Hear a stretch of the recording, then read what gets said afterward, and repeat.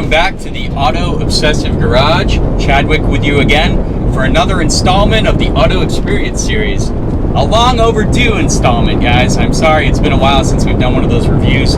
We've had quite a few projects in the garage, I'm going to be honest with you. And it's great to be behind the wheel of another vehicle to do a review of. Today's vehicle is a 1999 Toyota Land Cruiser, affectionately known as the 100 Series.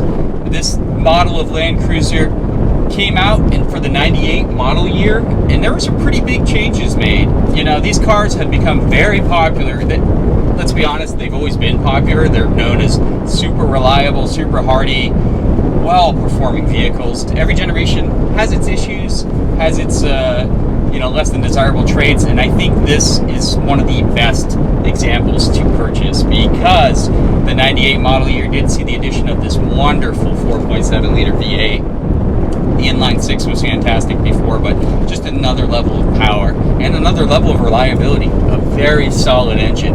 Now, the reason I purchased this vehicle, so this isn't our usual sporty oriented car that we usually drive on the channel. I've wanted to get an off-roader or an overlander for some time, and boy, that debate of which vehicle is the most ideal for that kind of operation is a long one. You know, there's so many options out there. The aftermarket's insane, but I feel the 100 Series Land Cruiser is one of the most ideal. The reason I bought a 99, I was looking at specifically 98, 99 years of this model because they had locking rear and center diffs from the factory. Now, after this, there was an electronic unit that kind of sorted out the diff work, and I've heard good things about that too, but I just really like the more analog nature, being able to lock the rear or center diffs independent of each other. I think that's really cool, so that's what I was gunning for. I tend to look for a vehicle that's on the cheaper end of the spectrum, one that needs a little, deferred maintenance taken care of, needs some items addressed before it's roadworthy, and then modifying myself. For me, fortunately, this vehicle came up for sale and it had exactly the modifications I would have personally selected. Not only that, it was priced very fairly for having those modifications done. Now, I know installation's free for me, but parts involved and everything like that would have cost me more to do it myself. And this vehicle came with an excellent track record. This 99 Land Cruiser has an entire Toyota dealership history, including timing belt and water pump, which were just done at the end of last year. So that's awesome. Whenever we can get a vehicle where we don't have to do that and the price isn't outlandish, it's a no-brainer, right? So excellent track record, in good condition. Look, I'm not afraid this thing's going to get scratched. It's going to get a little dinged up. But let's talk about these modifications, because exactly, I'm building this thing for off-roading. I'm building it to be an overlander. Right off the bat, the first things you notice comes with the ARB bull bar in the front, with the compartment for the winch, and the winch is massive. It's got an M12 Warn winch system, and that is a huge winch. I can pull myself out while chained to like 3 other Land Cruisers almost. So a little overkill there. Previous owner did admit that, but hey, I'll take what I can get. It's always better to have more than you need. On top of that, it also has the wheels and tires. The wheels, 17-inch method wheels, very nice looking wheels, and they're wrapped with BF Goodrich KO2s. So really good all-terrain off-road tires. I also have the 5th method wheel with this matching tire, so a full spare. It does have the Old Man Emu 2.5-inch medium lift. Not a crazy lift, but does give us a little more clearance for off-roading. Also has the adjustable camber arms and caster adjustment plates, so I can dial in the suspension, which has been dialed in through alignment, so I don't wear these really nice tires out prematurely. Interior completely bone stock. It did come with like a Sony Apple CarPlay head unit. That's pretty cool.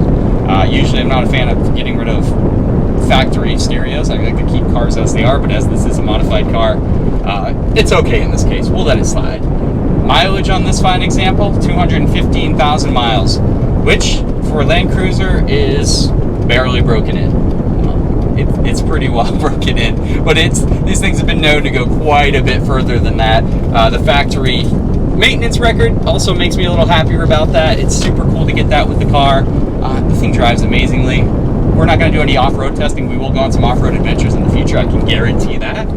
But right now, we're just going to do basically our regular objective tests, subjective tests. How does this thing drive? What's it like as a vehicle? Is the 100 Series Land Cruiser, which is getting a bit old now, is it overrated? Or Overland King? I mean, that's really the question we want to get to. So we'll shake it down, see if it still holds up, and just look at some features of the vehicle. We cannot do a weight test. Now, the curb weight of these vehicles from the factory is stated to be 5,100 plus pounds. Now, every modification I've done has added weight to the vehicle. So my scales, I never expected to have a car over 5,000 pounds, so I went with the 5,000 pound set. So unfortunately, I can't get you an accurate curb weight. I would say probably around 5,300, 5,400 pounds, just guessing, somewhere in that ballpark when it's fully loaded and wet. This is a heavy truck, guys. There's no way skirting around that. Unfortunately, I can't get an accurate thing, but we will get some acceleration tests and all that. So here we have it. This is my Land Cruiser Overland build. Let's start these objective tests.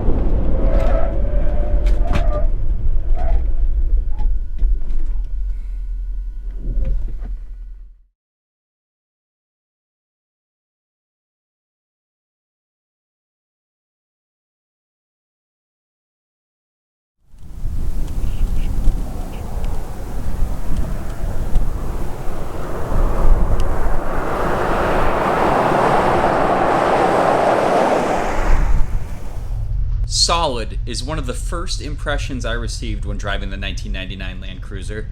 The sense of mass and heft is always there. Yet, turn-in comes across as quite respectable, given this. Even when lifted and riding on much larger than stock wheels and tires, the Land Cruiser feels confidently planted through the corners. This balance will pay dividends when off-roading, and the ground underneath is far less uniform than a well-groomed road. The ride is also very comfortable, which is understandable, given the high cost that these vehicles had when new. Braking, also very acceptable. The brakes bring this massive rig to a stop in a fair distance, accompanied of course by the smell of burning off-road rubber. Throttle input is not touchy. Similar, the well-mannered shifts the automatic transmission provides. No doubt again, this will benefit the Land Cruiser in off-road scenarios where smoothness is key. Moving to the interior of the 1999 Land Cruiser. The seating is fantastic. Not sporty, not plushy, but just plain comfortable. It's easy to see how all Land Cruisers have so many miles on them, with zero back complaints. Spaciousness is in great supply also. It feels like you're actually sitting in a concert hall. Space in the first two rows is very generous. It's sort of like an off-road, crazy, lifted minivan. The front seats even have airplane-esque armrests that fold out of the way when not in use.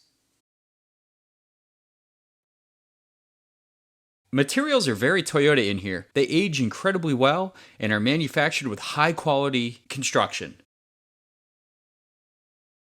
The seats are showing minor wear, but it's not uncommon to find other high-mileage examples with near-perfect condition seats. Gauges, shifters, controls, and all other buttons are very logically laid out and are well marked, making for easy operation of the vehicle. If you want to store something other than people, the Land Cruiser has you covered too. The rear opens, revealing a massive cargo compartment, which can be further increased by folding down the second row. The rear seats also stow away in a pretty ingenious way. There's such a high volume of space in here that the third row even gets their own climate controls. And you get a legit tailgate to rest your butt on. Wins all around. The exterior of the 1999 Toyota Land Cruiser is still very appealing.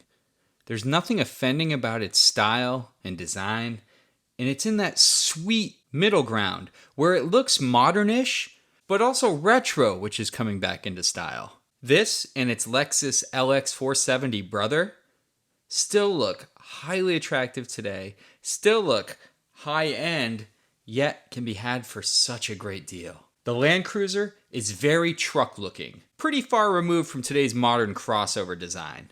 It's aggressive, yet refined, but it certainly wears its off-roading capabilities on its sleeve. The overlanding mods certainly help a little too in this example. The 1999 Toyota Land Cruiser is powered by the 2UZ FE engine, 4.7 liters of displacement with an aluminum head and cast iron block. This engine churns out 230 horsepower and 320 foot-pounds of torque. Not world-changing power levels, but solid, just like the rest of the vehicle. The 2UZ FE engine is considered by many to be one of Toyota's all-time most robust engines. The Land Cruiser's 4-speed automatic transmission channels its power and torque through an all-time all-wheel drive system. But the fun doesn't stop there. For the 98 and 99 model years, driver controllable locking center and rear diffs are present. There's a reason these things can still be found operating in some of the most hostile environments around the globe.